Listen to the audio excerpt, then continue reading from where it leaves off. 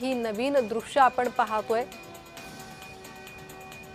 आधी जंतर मंतरवर लाठीचार्ज करण्यात आला होता आणि त्यानंतर आता सध्या हा मोर्चा संसद भवन परिसरात पोहोचलेला आहे आणि तिथे अश्रुधुराच्या नळकांड्या फोडण्यात आलेल्या आहेत। आणि इकडे महाराष्ट्रात सीजेपीला पाठिंबा देण्यासाठी ठिकठिकाणी आंदोलनं झाली आहे। नागपूर, अमरावती, पुणे, अहिल्यानगर, ठाणे या ठिकाणी आंदोलनं करण्यात आलेली आहे।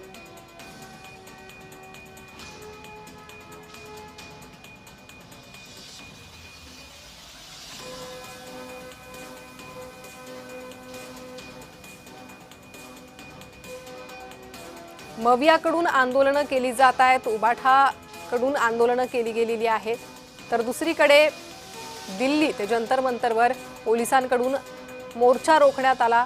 सुरक्षा रक्षकांनी मोर्चेकऱ्यांवर, आंदोलकांवर लाठीचार्ज केला। मात्र त्यानंतरही काही आंदोलक विधान भवन परिसरापर्यंत पोहोचले। तिथेही प्रचंड गर्दी या आंदोलकांची झाली आणि त्यामुळे पोलिसांनी अश्रुधुराच्या नळकांड्या फोडल्या, गर्दीला पांगवण्याचा प्रयत्न केला। कुणीही विधान भवन परिसरात आतमध्ये जाऊ नये यासाठी मुख्यद्वार बंद करण्यात आलं। प्रचंड बंदोबस्त पोलिसांचा तैनात करण्यात आलेला आहे।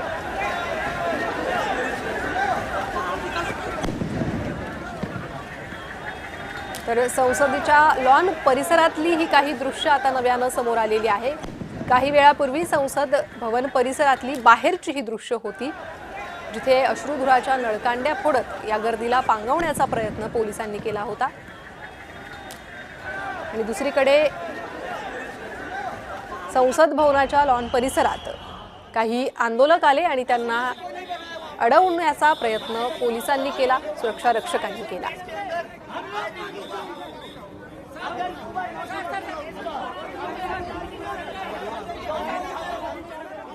तर सीजेपीच्या समर्थनार्थ संभाजीनगरातही आंदोलन करण्यात आलेलं आहे। गरज पडल्यास दिल्लीतही जाणार असं अंबादास दानवे यांनी म्हटलेलं आहे। तरुण मुलं त्रस्त आहे। जवळपास 23 लाख लोकांच्या नीटची परीक्षा नीट घेतली गेली नाही आणि त्याचे जे जबाबदार मंत्री धर्मेंद्र प्रधान यांचा राजीनामा मागितलेला आहे। खरं तर सरकार चर्चेलाही तयार नाही।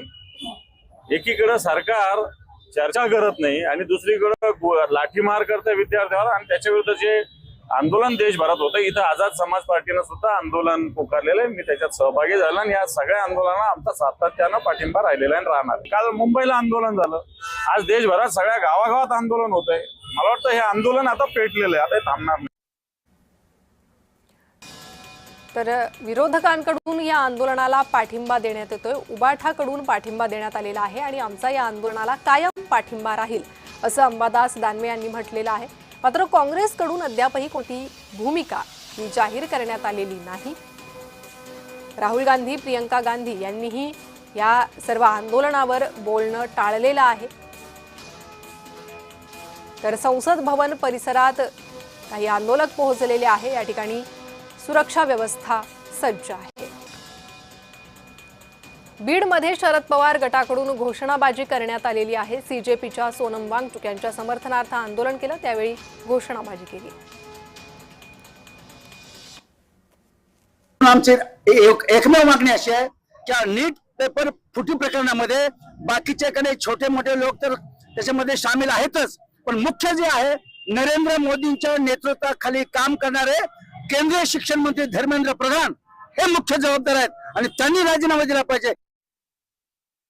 सामान्य माणसाचा आवाज दाबण्याचं काम हे केंद्रातलं सरकार या ठिकाणी करतंय। आज सोनम वांगचुक यांना ज्या पद्धतीनं त्या ठिकाणी 18-19 दिवस त्यांनी आमरण उपोषण केलं, अन्नत्याग केला, परंतु या सरकारनं शिक्षण मंत्र्याचा राजीनामा या ठिकाणी घेतला गेला नाही। या ठिकाणी जे आंदोलन करतंय त्याला उचलून दामण्याचं काम हे सरकार करतंय। म्हणजे लोकशाही आहे का नाही हा खरा प्रश्न आहे। म्हणून या प्रवृत्तीच्या विरोधात आम्ही हे आंदोलन या ठिकाणी करतोय। तर दिल्लीतील सीजेपीच्या आंदोलनाचे राज्यात पडसाद उमटले। ठाण्यात मवियानं